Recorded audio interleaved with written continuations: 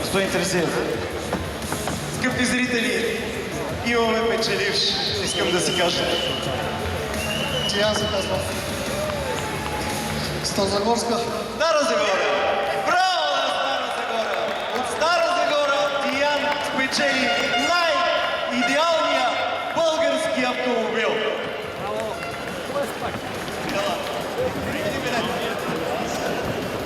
Как ще убия ключето?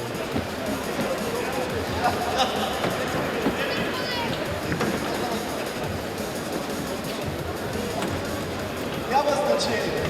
Диане, ела. Диане, тази вечер този прекрасен автомобил е твой.